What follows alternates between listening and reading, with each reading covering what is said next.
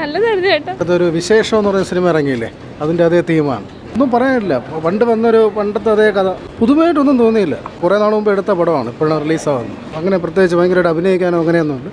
വളരെ ക്ലീഷേഡായിട്ട് തോന്നി. സിനിമ വളരെ നീറ്റ് ഒരു മൂവി തന്നെയാണ്. കഴിഞ്ഞൊരു വർഷത്തിൽ തന്നെ ഇതിനെ ബേസ് ചെയ്തിട്ട് തന്നെ നവദമ്പതികൾ കുട്ടികളുണ്ടാകാത്തതിൻ്റെ ബേസിസിൽ വരുന്ന ഒരു പ്രോബ്ലം കാണിക്കുന്ന ഒരു ഹൈലൈറ്റ് ചെയ്യുന്നൊരു മൂവി. പിയർ പ്രഷറും സോഷ്യൽ പ്രഷറും ഫാമിലിയിലുള്ള പ്രഷർ കാരണം ന്യൂലി മാരിഡ് കപ്പിൾസ് ആയിരുന്നാലും അവർ ഫേസ് ചെയ്യുന്നൊരു പ്രോബ്ലത്തിനെ കുറിച്ച് പറയുന്നു.